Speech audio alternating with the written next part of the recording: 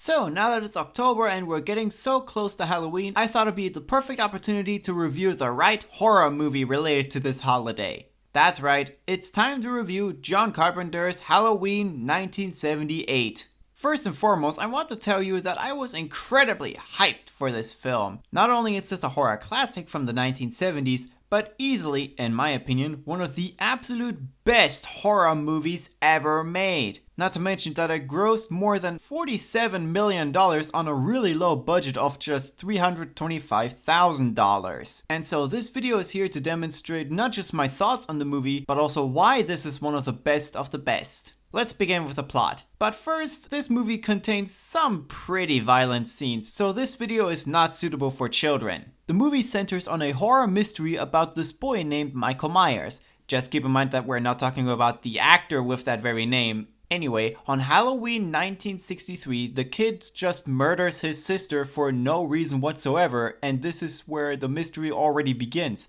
Why did this young boy, named after a comedy legend who is especially known for playing DreamWorks' well-known green ogre named Shrek, kill his sister? 15 years later, Michael escapes the prison hospital, and the rest of the film is set in Haddonfield. I hope I pronounced that right. And it is about Michael Myers driving around and stalking people like our main character, Laurie, while Dr. Loomis drives around to search for him and solve that mystery for himself. As the movie goes on, there will be some people who are going to say that some scenes kind of drag on a bit too long. But that's the beauty of these long breaths. You just have to wait for what's gonna happen in the movie, and that makes these shock moments more shocking. Where they have been kind of relaxing for a little while, and then all of a sudden there's Michael Myers doing crazy shit.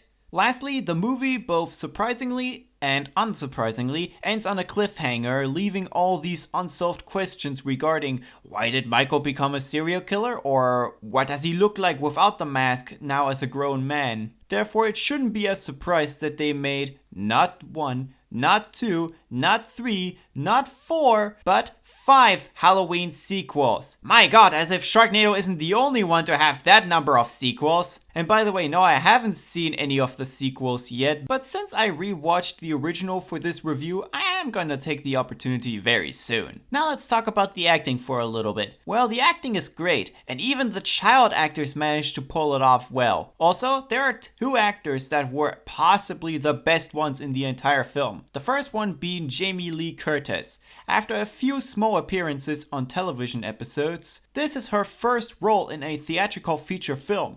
Which is cool, that's totally awesome. Even if some of the later films where she plays one of the leading roles doesn't turn out good. The other one being Donald Pleasence, I hope I pronounced that name right, who also happened to be in the 1967 James Bond film You Only Live Twice. When you hire someone like him from such a cool series like the James Bond movies, then don't be so surprised when the man gives this great role of being serious about things.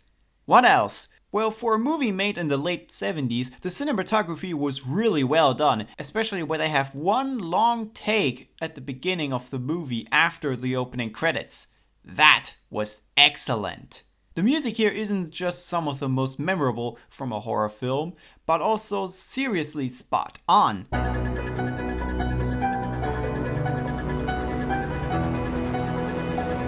After the company logos, my DVD somehow has Lionsgate on it, the movie's theme song plays before the opening credits roll. Which is then followed by a zoom-in shot of a pumpkin candle for the rest of the opening credits. For 2 minutes. And I'm fine with that. Another interesting fact about the theme song is that it gets repeated a couple of times. 6 times to be exact.